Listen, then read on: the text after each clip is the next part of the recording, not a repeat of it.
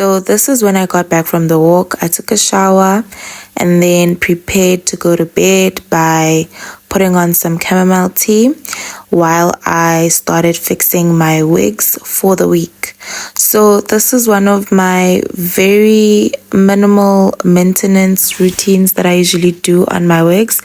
It's quite in-depth because of the frontal wig, but this fringe requires little to no maintenance. Honestly, it's the best. I really love it.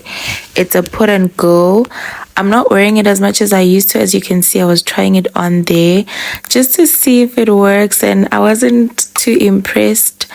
But I love this hair. It is so good. I got it in 2020, and to this day I still feel like it's one of my best wigs by far. So this is how it looked after I was done with the straightening, putting on some products, and just revamping it a little bit.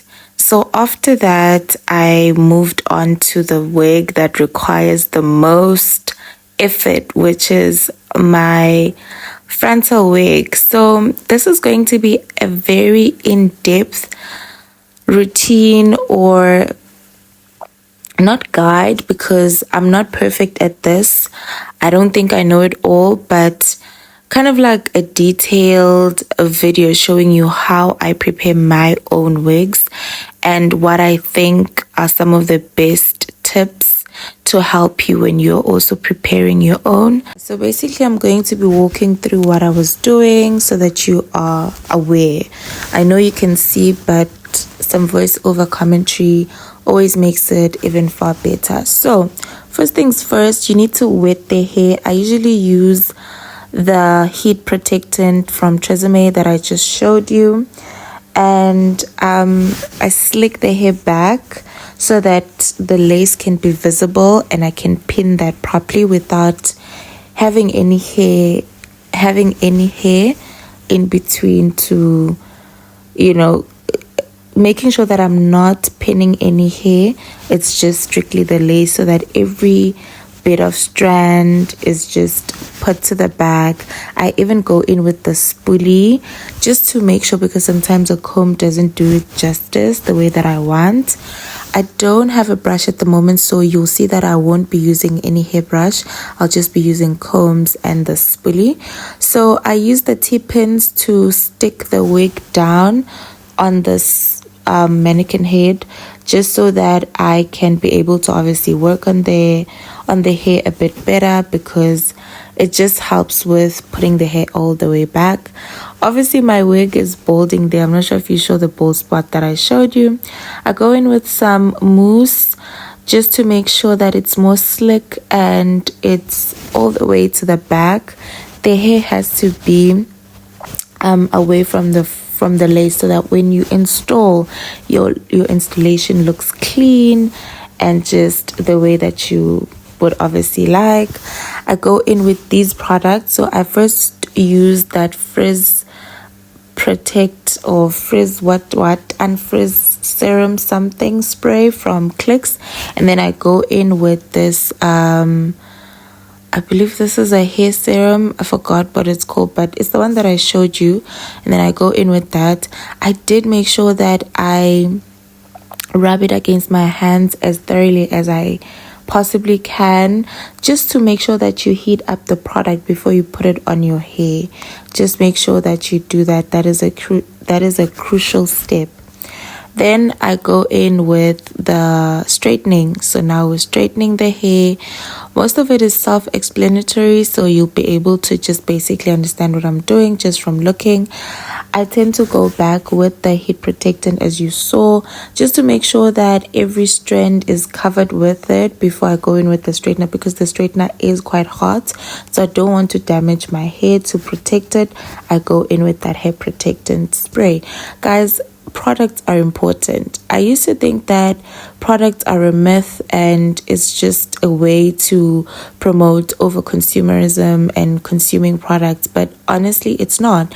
They really work. They make a difference. The reason the hair looks better and good is because of products. So we have to use products, you have to buy products, you have to invest in products if you want your hair to look good. So I also go in with some spray. I use the Ebin just to slick it a little bit more and make sure that it's all the way back and slicked down. I also go in with the hair dryer. I go back again with some mousse. This mousse, I'm not sure if it's the brand or what, but honestly, I'm very disappointed with the pump. It is very ineffective. It stops working. It makes it difficult to get the product out. I wouldn't recommend. So obviously I was done with the prep here. You can see the wig. I was even tilting it a little bit and just shaking it to see if it's passing the shake test, so yeah, I think it looks good. Now we're going to move on to the installation part. Obviously I had to take a little bit of some sip on my chamomile. So now I use this gel. I would not recommend this gel at all. I'm going to show you in just 1 second. It's not the best. I would not advise you to buy it at all. I'm only showing you so that you actually don't buy it. It's watery. The consistency isn't that great, so definite no. But yeah, I go in to slick my edges to protect my hair, and then after that I obviously put in the wig cap. And then I go in with rubbing alcohol around the perimeters of my forehead to just make sure there's no oil. I was showing you the glue. See that glue?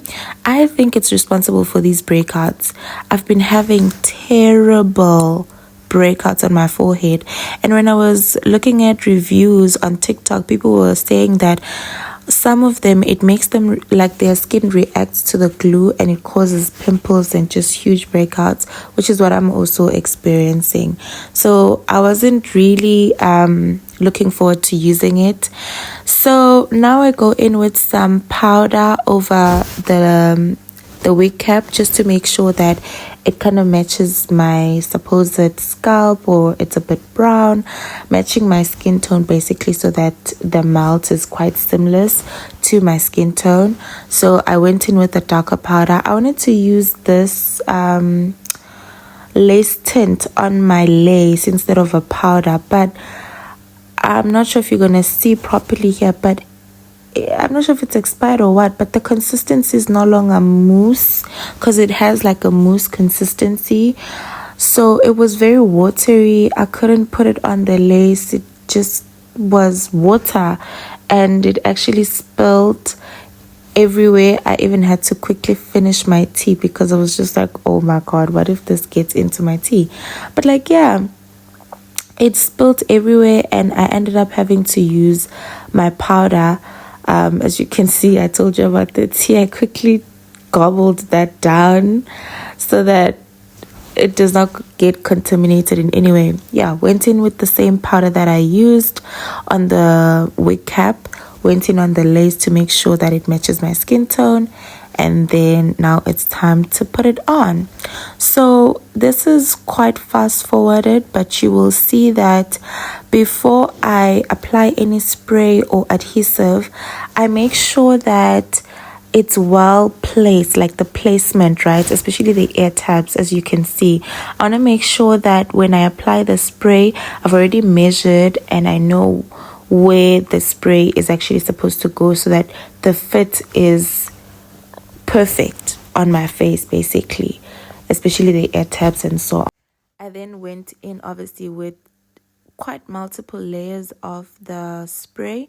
So I have recently learned that actually one layer is not enough. You need to put quite a few layers before you stick your wig down, because one layer is just not enough. 2 layers aren't enough. Go in with quite a few before you stick it down, because the reason it does not hold as well as it should, it's because you're not applying enough layers. So I actually love the spray, the Ebin. I think it's quite better in comparison to the Glamour or the Got2b. But Got2b used to be quite great. I just haven't used it in a while. But yeah, I am obsessed. Well, not obsessed, but like, it's great. It's good. It's okay. It's not the best in terms of holding. I find that the sprays in general are not as good as the glue. The glue will hold your wig down. I know that I said I wasn't going to use the glue here, but I did use it on my ear tabs because I just found that it was not sticking as well as I wanted it to. So I did use a little bit, you'll see very soon, but otherwise I just focused on using the spray.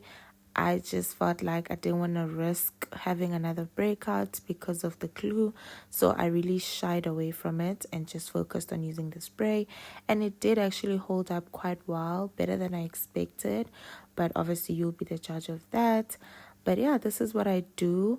There isn't really much to explain here, but it's just that I apply different layers. And also something that you will notice is that I do it in sections, right? I don't apply it all the way around the perimeters of my forehead. I actually apply one section. I may start with the front and then go in with the sides. I'm not sure if you noticed. So yeah, that also really helps with actually paying attention and focusing on one area before moving to another. So here it is on my ear tabs. Like I was trying to use the spray to stick it down, but it was actually not holding as well as I would have liked. Something that I want you to actually see is, in order to, do you see that consistency? Do you see it's a bit sticky? You see? Exactly. You need to do that to actually see if your wig is ready for you, to actually see if the glue is tacky enough for you to stick the wig down. So if it's not that, if the consistency does not look like that, you can't stick it. It's not time. It has to be like that for you to stick it. Just make sure it's not too dry. It looks like that. It's sticky. Like it's sticky. Okay. So yeah. There I'm going in with a little bit of the glue again on my ear tabs just to make sure that it holds. It really holds well. I don't want to lie, this glue holds really well. I'm just not happy about obviously the breakouts and the fact that it's just so hard to remove from the lace. So that makes me a little bit apprehensive in terms of using it. But yeah, so now you're just doing the final touches. You're gonna keep doing this until you're happy with how the wig looks before you put on your melting band. So there's really no need for commentary here. You just do what I'm doing, basically. All right, so since I'm done with the commentary on the hair and you can kind of follow it without me having to comment on it, I wanted to share some thoughts that had been on my mind for a while. I don't know, it's like a little bit of some food for thought, just something to get you to think about a little bit, maybe in a different way than how maybe you were seeing it, or maybe you can tell me how you see it differently from how I see it, and we can just have a little bit of a conversation around it. It's not really like a how to, but it's really a this is what I've been thinking and this is what's been on my mind. For me, questioning the emotional norms in family and relationship was very terrifying. But I later realized that it was necessary. You know, there are certain things like in families, certain responsibilities that are deemed non-negotiable. You just have to. It's not about capacity, but it's a must, right? And I think I started realizing that I was becoming a little bit resentful. And it was becoming difficult to show up for family and myself because I was struggling to find the balance. Because whenever I'd pour, I'd always feel like I don't have capacity. Even when I did have capacity, I also started developing a negative relationship to how I service my own needs and how I show up for myself. I started having basically a bad relationship with money, bad relationship with spending. So when I would spend, I'd feel guilty. When I wouldn't spend, I'd still feel guilty. So it's like there was no middle ground, right? It was like I do the right thing, I feel guilty. I don't do the right thing, I still feel guilty. So what should I do? I started basically getting forced to ask the questions, right? To start having those internal conversations within myself to say, are you capable of doing this? Do you have capacity to show up in this way? And that was uncomfortable and terrifying, because when I would say no, I started realizing that I'd have to have reasons like why, and you understand what I mean? And I had to also go back to that and say, what do I need to justify? What do I need to justify, and what do I not need to justify? Because there are some things that you need to justify to your partner, some things you need to justify to your family, because we should all be accountable, right, for our actions and how we show up, right? Because we want to do to others as we would like for others to do unto us. And I think with Black families, it's always about paying it forward, right? You got to where you are not alone. You weren't an island. You were helped. You were carried, So there's a bigger responsibility that comes with that. And it depends on your family dynamic and so on. But now it gets to the point where you go on without asking the questions, because it's not really that the questions are bad, but it's the feelings around the questions, the feelings of guilt, the feelings of ungratefulness, the feelings of pride, and the feelings of ego, the feelings of assumptions, and all these things, even the feelings of being rejected or being seen in a certain way. Like, we'd never want our family to see us or view us as selfish. Like, you'd never want your partner to view you as selfish. But now it gets to a point where you need to pick, whose opinion do you care most about? Do you care most about your family's opinion, your partner's opinion, or your opinion? And that is such an easy thing to say. I remember my partner has always said, even in relationships, you shouldn't be with someone who isn't good for you. And my partner, he is so blessed. Like, he loves himself, okay? And he holds himself in very high regard in terms of the relationship that he has with himself. At the end of the day, who do you go to bed with? You go to bed with yourself. You might go to bed with a partner, but you go to bed with you. There's this one quote that I really love. My friend actually once said this to me. She said, you never want to betray yourself, because when it's all said and done, everywhere you go, there you are. You don't go with your mom everywhere. You don't go with your siblings everywhere. You don't go with your cousins everywhere. You don't go with your partner everywhere. You don't go with your friends everywhere. But everywhere you go, there you are. And so if you keep betraying yourself, you might start having a bad relationship with yourself. You might start resenting yourself. Can you imagine going to bed with yourself and hating yourself all the time? What a bad relationship, right? Because it's all great when other people affirm you and they're able to uplift you, but it's harder when they are not there to constantly do it, and you have to do it, and you can't, because you can't stand yourself. So that's where the questions kind of come in, where it's like, what terrifies you more? Okay, yes, I understand. Like, it's terrifying to ask the questions, but who are you more terrified of? The people or you? Who do you spend the most time with? Them or you? Who are you most comfortable with? Them or you? And so it doesn't even mean that when you go about it, you have to be rude or abrupt, but you need to be willing to sit with the discomfort of the response. One of the things that have liberated me right now is not tying my actions or my joy, my peace to the outcome. And I know that it sounds very simplistic, but it's very deep, in the sense that whatever I do, if I say what I needed to say, if I do what I needed to do, I can't control how the other person receives it or the outcome. You understand? Sometimes what we do is, you will show up and you will do enough. And by enough, I mean your best. You will have put your best foot forward and you will have given your all. But that does not always translate. It does not mean it will always be received that way. And so you can't tie your worth to how it's received. And I understand it sounds like, but what if you could have gone harder? But what if you couldn't, because that's all you had? That's where capacity comes in. That's where the guilt, the anxiety, and all these feelings of just not being enough come in, because it's like you are expecting beyond what you can produce.